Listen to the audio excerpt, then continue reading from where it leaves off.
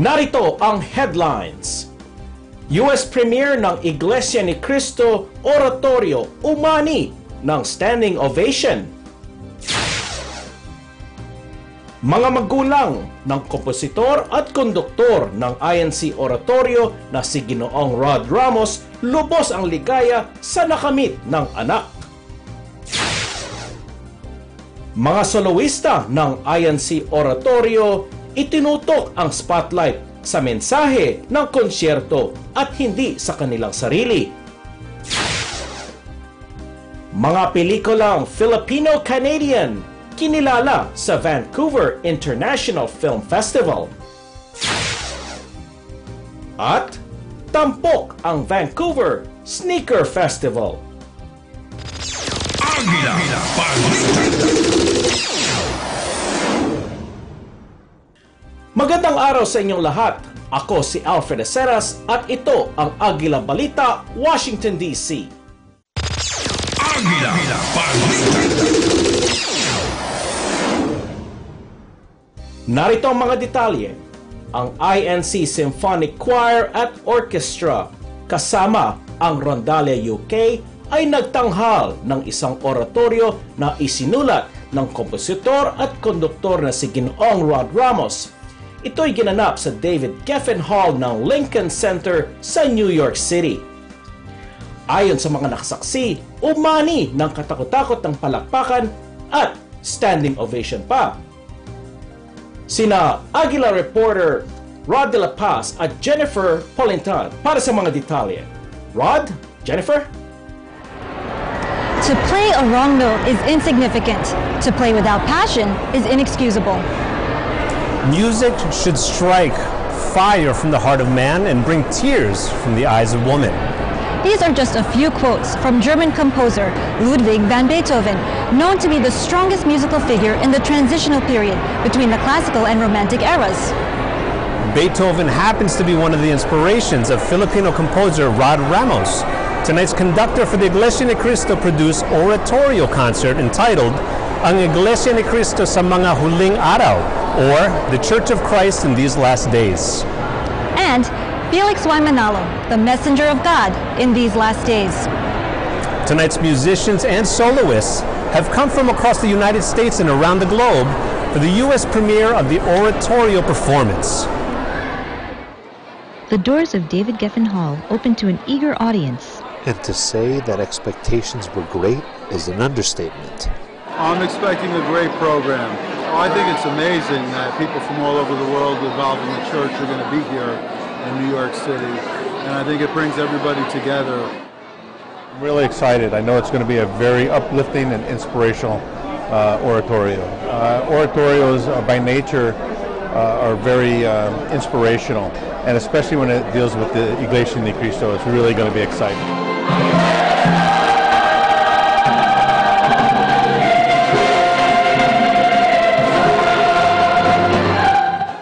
The performance received a full house standing ovation. From the first downbeat to the conductor's final bow, every note contributed to a perfect night. My expectations have been exceeded. Two of them, one after the other, performed in this manner. Just majestic, just wonderful. You have to have the marvelous singers. You have to have the great composer doing the majestic compositions. You have to have the great musicians playing together, producing the song according to those compositions. When things come together, then there must be the greater of the great conductors doing it.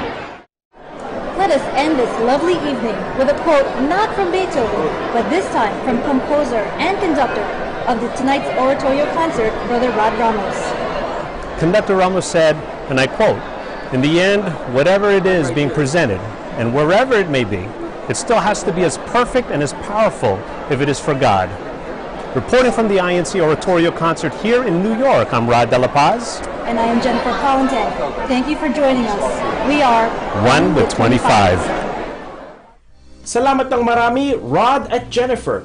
Tungkol pa rin sa oratorio, nakausap ng AGILA BALITA sina Ginoong Roger at Ginang Leticia Ramos.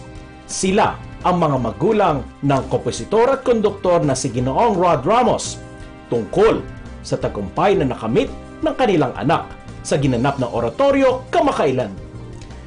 Ayon sa kanila, hindi sila makapaniwala sa mga pangyayari. Narito ang kanilang pahayag.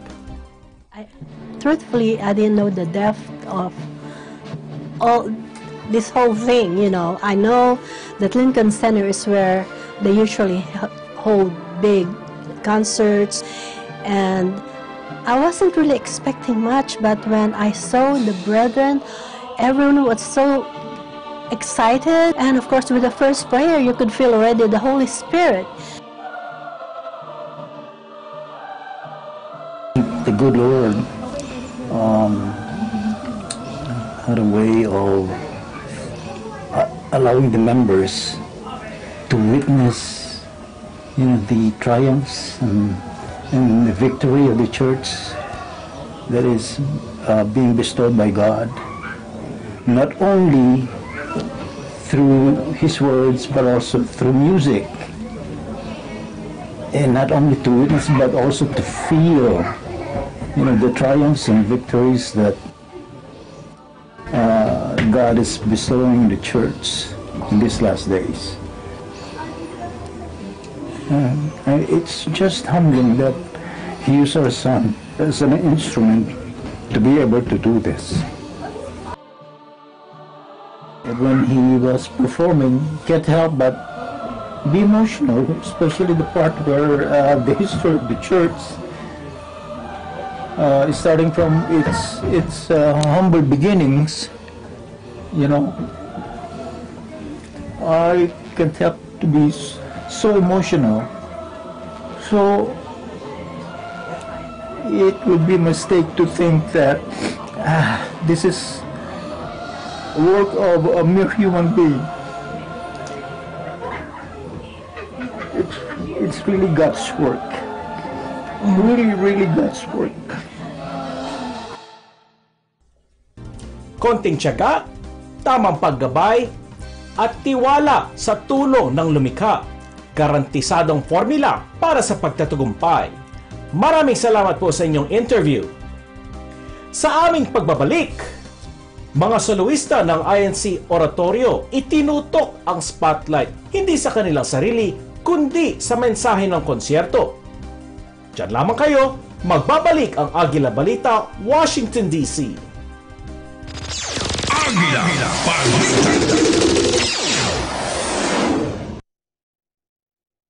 Pamahal ang presyo ng bilihin at serbisyo ngayon. Kaya naman mahalaga sa bawat pamilya ang mabisang pagbabudget.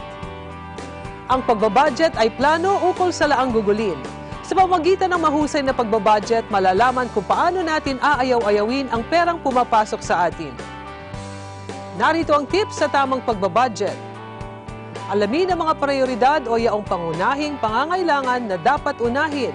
Halimbawa ay ang makapagtapos sa pag-aaral ng anak. Maging conscious spender.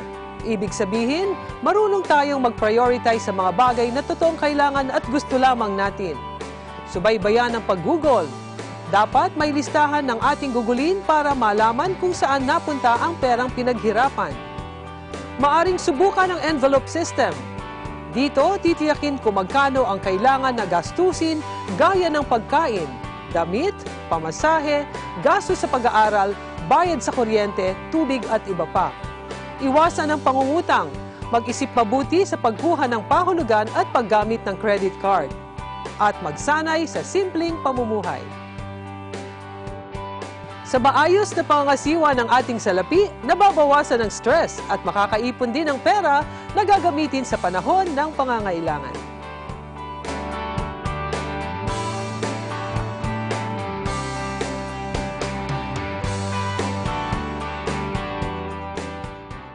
Subaybayan ang bagong news programs ng Net25. Agila Balita, Washington DC Edition, tuwing Lunes mula alas 7 hanggang alas 7:30 ng umaga. At Eagle News International, Filipino Edition, Martes hanggang Biyernes mula alas 7 hanggang alas 7:30 ng umaga. lalong pinalakas at pinalawak na pagbabalita. Eagle News Service, as we live in interesting times. Agila Balita.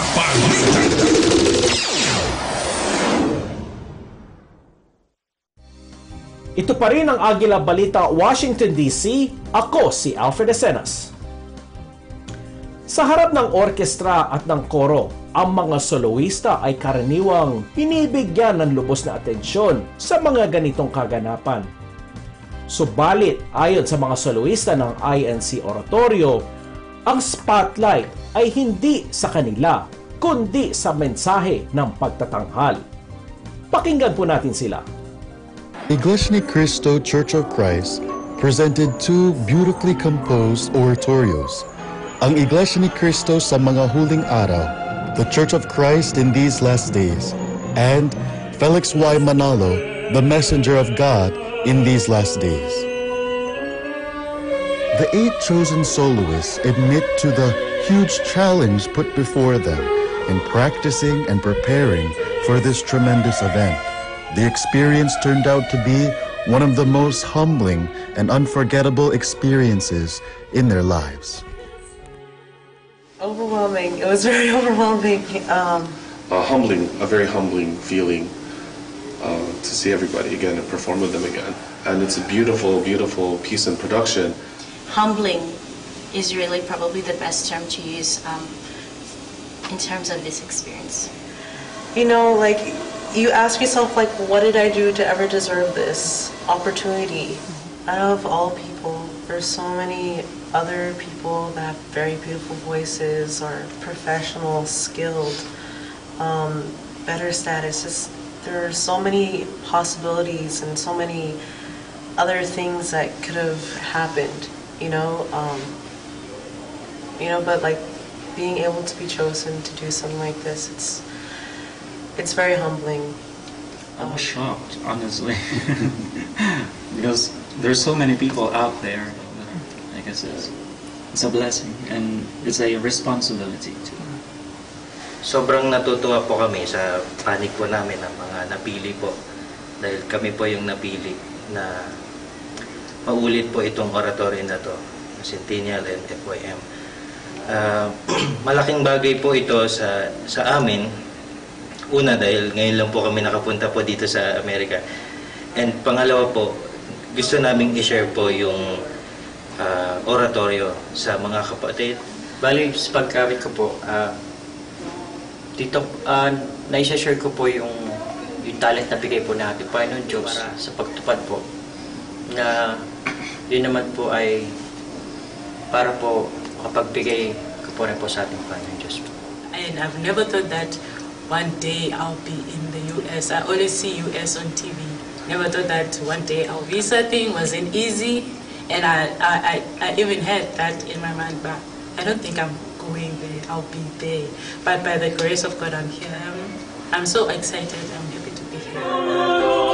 With the countless hours of practicing and the great journey it took to accomplish the final product, their expectation for many people is to receive the great love that was put into creating the pieces. The beauty of being able to feel His grace, and hopefully, like, whoever attends there, they'll be able to feel the love that went into preparing for this, and not only the love, but to feel edified for guests that are coming, for them to become curious and want to know more about it, for brethren that are attending, for them to feel even more conviction to continue and keep their election. I think what the people attending will also not just see, but they will be informed about the history of the church from the Far East to the Far West, and they will feel it. They will literally feel the vibrations of the music throughout their body. And I think the people who do attend will be overwhelmed by it. Probably taken aback a bit, because they're like, oh, sometimes it can be a bit in your face, but it's the truth. It is the truth. So, and especially towards the end, towards the second oratory, which I think there'll be tears in their eyes as well, because it's beautiful. It's beautiful. So, there'll be a journey of emotions throughout the whole thing. but ending on a really high note. Susunod, mga pelikulang Filipino-Canadian kinilala sa Vancouver International Film Festival at mga shoe lovers nagtipon-tipon sa Vancouver. Diyan lamang kayo, magbabalik ang Agila Balita, Washington, D.C. Agila Balita.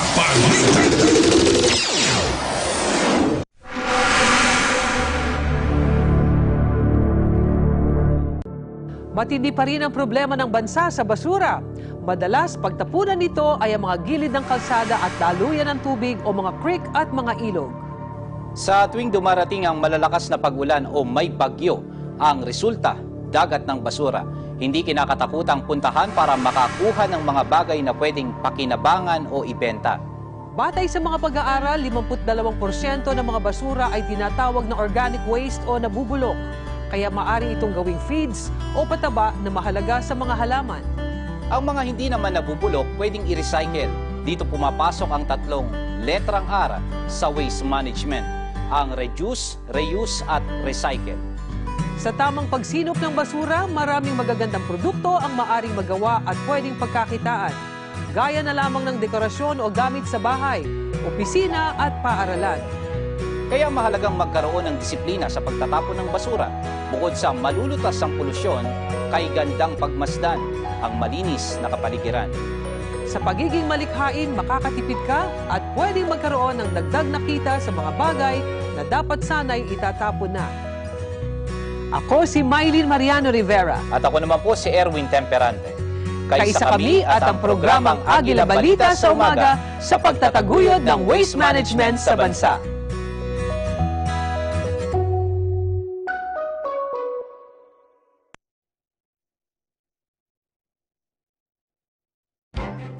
Events happen around us all the time, in our community, in our country, around the world. Events that affect people, move communities, or simply inspire us. Interesting events that people need to know.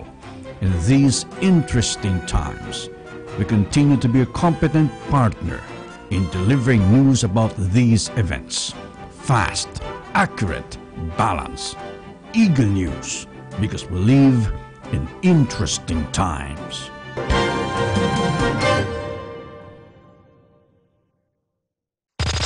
Agila Balita.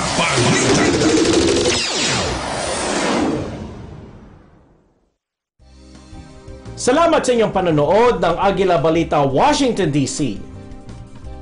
Binigyang pansin at kinilala ang mga pelikulang likha ng mga Filipino-Canadian filmmaker sa nakaraang Vancouver International Film Festival. Kikilalanin natin sila sa tulong ni Agila reporter Kathleen Cruz. Come in, Kathleen. Ilang pelikulang gawang Pilipino pasok sa taong ito para sa Vancouver International Film Festival. Ating kilalanin ang kanilang mga pelikula. Ang Vancouver International Film Festival ay isa sa mga prestisyosong pagdiriwang sa industriya ng pelikula dito sa Vancouver, Canada. Hangarin nito na suportahan ang mga filmmaker na nagnanais na magtagumpay sa larangan ng paggawa ng mga dokumentaryo at mga pelikula, mula sa local level hanggang sa mga pelikulang pang-international. Napabilang nga rito ang dalawang Filipino-Canadian directors na sina Kathleen Jaime para sa kanyang dokumentaryong Finding the Big Country at Sean Devlin para sa When the Storm Fades. Ang pelikula ni Kathleen Jaime ay tungkol sa kanyang pangarap na mahanap ang basketball star na si Brian Reeves ng Vancouver Grizzlies. Ang Vancouver Grizzlies ay isang NBA team noong taong 1995 at dahil sa kanyang childhood dream na mahanap si Brian, siya ay gumawa ng isang dokumentaryo para rito. My film is Finding Big Country, and it's about my childhood dream to play in the NBA. That didn't work out, so my new dream is to become a filmmaker and be the first person to interview and find Big Country Brian Reeves, who was the first Vancouver's first ever draft pick here in 1995. I've always wanted to tell the story of the Vancouver Grizzlies and the story of Bryant Reeves. And when I was doing my research, I found that he was the only guy that no one in Vancouver or elsewhere had been able to track down. Basketball is the #1 sport in the Philippines, and I grew up knowing that and very proud of that. And I've been playing basketball since I was 5. And so, my grandfather was the youngest director in the Philippines. So everyone says that filmmaking is in my blood.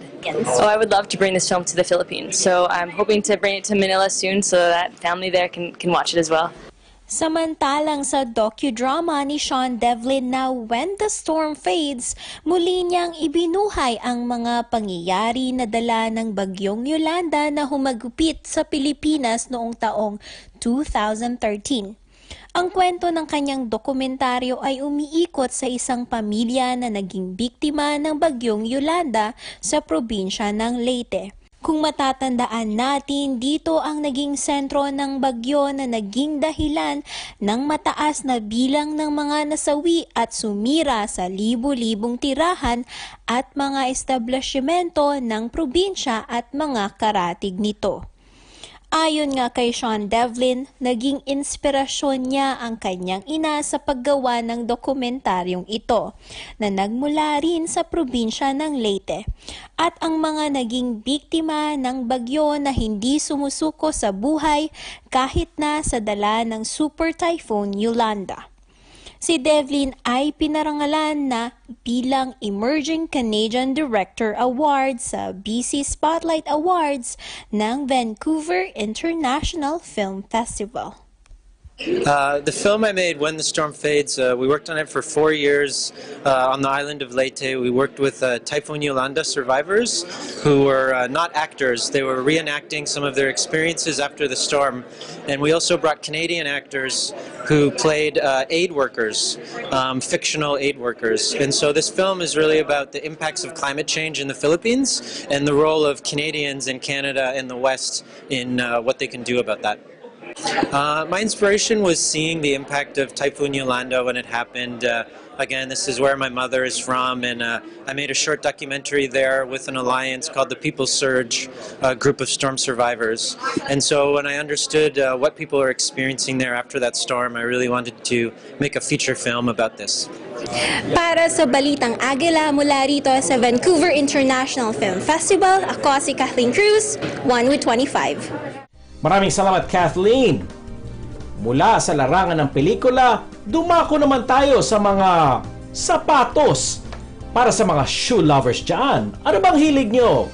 Rubber shoes, running shoes, pang crossfit o di kaya pang araw-araw? Glossy? Flat-colored? Silipin natin ang mga shoe fans ng Canada na nagtipon-tipon sa isinagawang Vancouver Sneaker Festival. Tutulungan tayo ni AGILA reporter Kara Cabusao sa mga detalye. Kara. Nakatutok ang lahat sa Vancouver Convention Center para sa pinakaabangang sneaker show. Ang convention na ito ay may tuturing na pinakaunang convention para sa mga may hilig sa sapatos na goma o sneakers. Daang-daang pares ng sapatos at dose-dose ng vendors ang narito para i-display ang mga klasiko, gayon din ang mga modernong uri ng sneakers. Ikaw man ay mahilig sa uso, fan ng sneakers o kolektor ng mga ito, nandito ang mga sapatos na para sa iyo. Makakakita ka rito ng mga nakamamanghang mga disenyo at mga bibihirang pares na bumibighani sa mga kolektor. Ngunit hindi dahil napakaraming sapatos dito ay makapag-uuwi ka na ng para sa iyo, ang mga sneakers dito ay maaaring magkahalaga ng libo-libong dolyar. Bagaman karamihan sa mga vendor dito ay sapatos ang nilalako, ang iba'y may dalang ibang produkto. I'm here to promote my book and my artwork. The book's called Project MJ23. It's 23 Michael Jordan paintings, and each one's described in a rhyme that I wrote. Ever since I was a kid, I mean, they might not be the most popular ones, but when I was a kid, these are the first shoes I ever wanted. And as I got older, these are the first shoes I've ever picked up with my own money. So these are the most iconic shoes for me. Ang isa na may naglalapat ng artwork sa sapatos mismo. it's a really popular release, you love it, but you just can't get your hands on it. It's nice to be able to make your own. And not only that, I feel like you can really express yourself in a unique way, right? Like if there's something about you want to bring out, or maybe a certain team that you're really into, why not make some sneakers that are like just for you? Ang iba na may nagsadya rito para ipagpalit ang kanilang mga sapatos, bumili ng bagong pares, o mag-enjoy ng mga kaganapan dito. Honestly, I just love the culture in Vancouver. I'm a fan of sneakers. Can't ever get enough of sneakers. So I thought this is a good place to see how the local community is mingling and see if I can sell a couple of pairs, maybe swap some out. Bagamat ang sneaker community ng Vancouver ay nagsisimula pa lamang sa paglago, ang pag-usad nito ay nakakaengganyo para sa marami. Naniniwala ang mga taga-Vancouver na makasasabay rin ang sneaker community rito sa iba pa sa mga bahagi ng mundong ito. Great community and really friendly people, really tight-knit community where people are always willing to help each other out, which is it's really awesome. I think Vancouver has a lot more hype with clothing than in shoes per se, but it's gotten bigger in the last 3 years, that's for sure. Oh, we absolutely love the scene in Vancouver. This is our 3rd year. I personally love Vancouver. I mean, the scene out here is really booming or thriving. It's a lot similar to Toronto or Montreal, some of the bigger cities in Canada. So I say Vancouver is right there with Toronto in terms of being one of the biggest sneaker cities in the country. Kung ika'y tagahanga ng mga bagong disenyo o nagnanais balikan ng mga klasikong pares, ang event na ito ay para sa iyo. Mula rito sa Vancouver Convention Center, ako si Cara Cabusaw para sa AGILA BALITA, 1 with 25. Salamat ng marami, Cara. Sa palagay nyo kaya papasa ito sa susunod na sneaker festival dyan? Pinayagan tayo ng ating producer na kung maaari sana mapaganda ito, pwedeng lagyan ng pampakintab, linisin pa, kabitan ng mobile hotspot at kung ano pang mga accessories para lubusang mapakinabangan. Kung papayag yung may-ari nito. At yan ang kabuuan ng aming pagbabalita ngayong araw. Samahan nyo rin kami ulit sa susunod na Lunes kung saan maghahatid muli kami ng mga balita at impormasyon hatid ng aming mga bureau sa iba't ibang panig ng mundo. Dalawin ang aming mga website, maging ang aming mga social media pages na nakadisplay sa inyong mga screen. Ako si Alfred Acenas, always one with 25. Diyan lamang kayo, magbabalik ang AGILA Balita. Sumainyo ang mga balitang kinarap, maingat na isinulat at inihanay ng Eagle News Service. AGILA Balita.